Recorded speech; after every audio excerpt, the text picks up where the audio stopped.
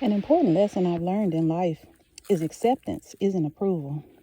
You can accept that someone is emotionally unstable, unavailable, inconsistent, selfish, controlling, dishonest, avoidant, or simply incapable of giving you the kind of relationship you want, and then stop arguing with reality. And that includes relationships like friendships, situationships, any kind of ship. Sometimes the hardest part is that the 5% is genuinely good. That's what keeps you attached. They may be loving sometimes, funny, generous, protective, interesting. They may have moments where you see exactly why you cared about them in the first place.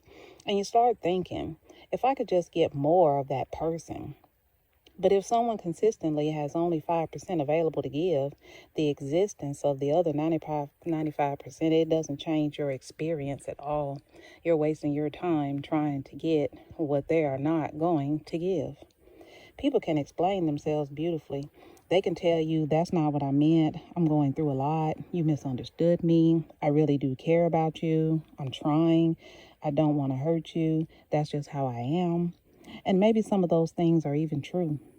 But eventually, you have to look at the pattern rather than the expectations or the explanation as well.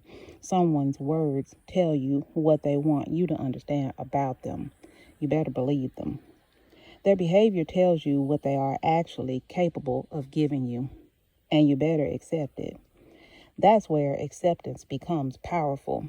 Instead of how did I get this person to become more loving, you start asking, given who this person consistently demonstrates themselves to be, how should I move? That's a completely different question. That's an important question. And moving appropriately doesn't necessarily mean cutting everybody off.